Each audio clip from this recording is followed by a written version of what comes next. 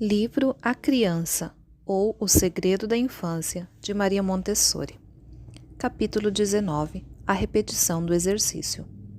O primeiro fenômeno que chamou a minha atenção foi o de uma menina com cerca de 3 anos que se exercitava em enfiar e retirar os pequenos cilindros dos encaixes sólidos, que são manipulados à semelhança de rolhas de garrafas, mas que são cilindros de grossuras diferentes, a cada um dos quais corresponde uma colocação determinada. Fui surpreendida ao ver uma menina tão pequena repetir tantas e tantas vezes um exercício com profundo interesse. Não se notava nenhum progresso de rapidez e de habilidade na execução, era uma espécie de moto perpétuo. E eu, por hábito de examinar, comecei a contar os exercícios.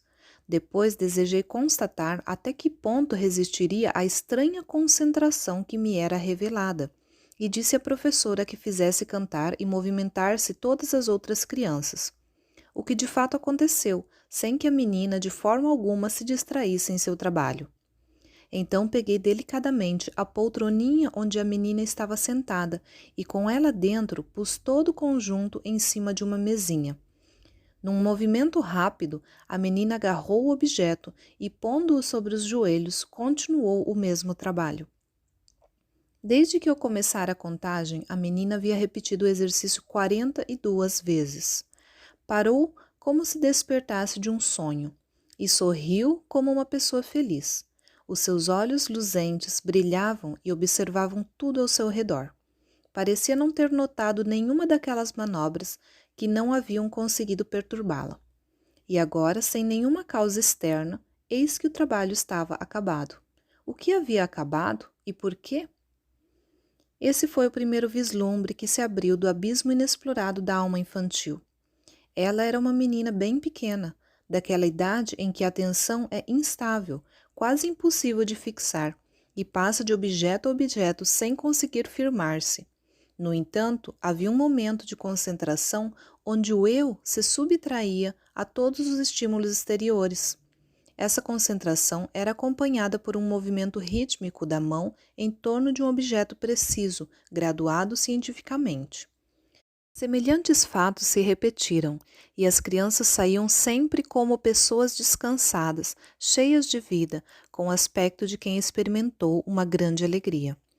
Embora esses fenômenos de concentração que fazem a criança ficar quase insensível ao mundo exterior não fossem habituais, notei, porém, uma estranha maneira de se comportar que era comum a todos e quase que constante em todas as ações, que é a característica própria do trabalho infantil, que chamei mais tarde de repetição do exercício. Via trabalhar aquelas mãozinhas sujas e um dia pensei em ensinar às crianças uma coisa útil: lavar as mãos. Observei que elas, depois de já estarem com as mãos limpas, continuavam a lavar-se, saíam da escola e iam lavar as mãos. Algumas mães me contaram que os filhos desapareciam de casa de manhã e eram encontrados na lavanderia, onde estavam lavando as mãos. Ficavam orgulhosos em exibir a todos as mãos limpas, tanto que certa vez foram confundidos com mendigos que estendiam as mãos. O exercício se repetia e tornava a repetir-se sem ter nenhum outro objetivo.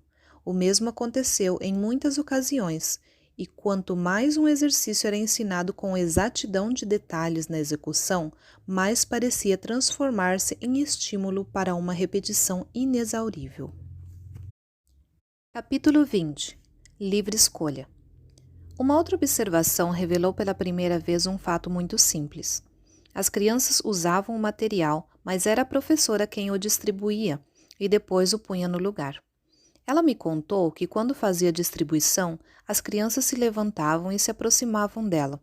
Não importa quantas vezes fossem mandadas de volta a seus lugares, elas se aproximavam novamente. A conclusão da professora foi de que as crianças eram desobedientes. Observando-as, compreendi que seu desejo era recolocar os objetos em seus devidos lugares, e deixei-lhes livres para fazê-lo. Desse modo surgiu uma espécie de vida nova. Arrumar os objetos, corrigir cada desordem eventual era uma atração fortíssima.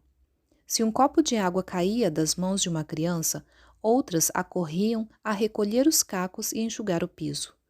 Porém, um dia a professora deixou cair a caixa que continha cerca de 80 tabuinhas de diversas cores graduadas. Recordo-me do seu embaraço, por ser difícil identificar tantas gradações de cores, mas eis que as crianças acorreram. Para grande espanto nosso, recolocaram rapidamente em seus lugares todas as gradações, mostrando uma maravilhosa sensibilidade às cores superior à nossa. A professora chegou um dia um pouco atrasada e havia esquecido de fechar o armário. Viu que muitas crianças o tinham aberto e se agrupavam ao seu redor. Depois, cada uma delas pegava um objeto e o levava consigo. A professora julgou esse proceder como um instinto de furtar. As crianças que roubam, que faltam com respeito à escola e à professora, demonstravam, segundo ela, a necessidade de severidade e de educação moral. Interpretei que as crianças já conheciam tão bem os objetos que podiam escolhê-los sozinhas. E assim foi. Iniciou-se assim uma atividade animada e interessante. As crianças tinham desejos particulares e escolhiam suas ocupações. Desde então, foram adotados os armários baixos, onde o material é posto à disposição das crianças, que o escolhe segundo suas necessidades interiores. E foi assim que o princípio da livre escolha acompanhou o da repetição do exercício. E a partir da livre escolha foi possível fazer observações sobre as tendências e sobre as necessidades psíquicas das crianças. Uma das primeiras consequências interessantes foi ver que as crianças não escolhiam todo o material científico que eu mandara preparar, mas somente alguns dos objetos. Passavam a escolher quase sempre as mesmas coisas, algumas com evidente preponderância. Outros objetos, pelo contrário, ficavam abandonados e acumulando poeira. Eu lhes apresentava todos os materiais e fazia com que a professora os oferecesse e explicasse seu uso, mas as crianças não os pegavam espontaneamente.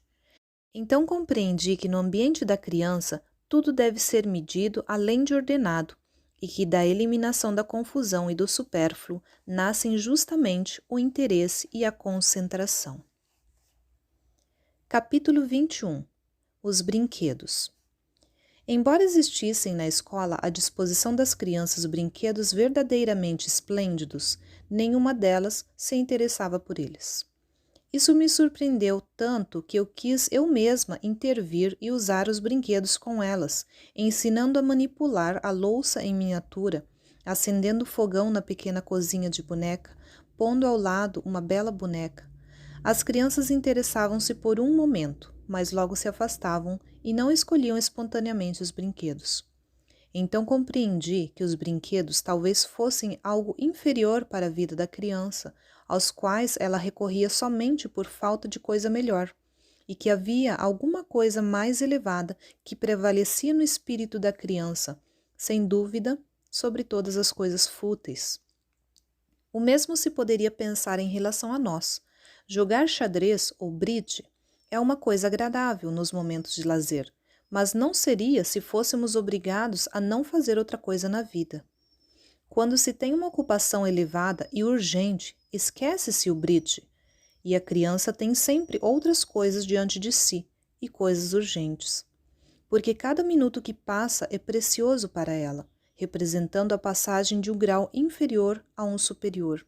Com efeito, a criança cresce continuamente e tudo quanto se refere aos meios de desenvolvimento é fascinante para ela e a torna indiferente à atividade ociosa. Capítulo 22.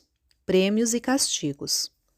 Uma vez entrei na escola e vi um menino sentado numa poltroninha no meio da sala, sozinho e sem fazer nada. Trazia no peito a pomposa condecoração da professora. Ela contou-me que o menino estava de castigo.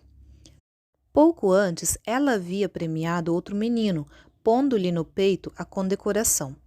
Este, porém, passando pelo menino castigado, entregara-lhe a condecoração, quase como se fosse algo inútil e incômodo para quem deseja trabalhar.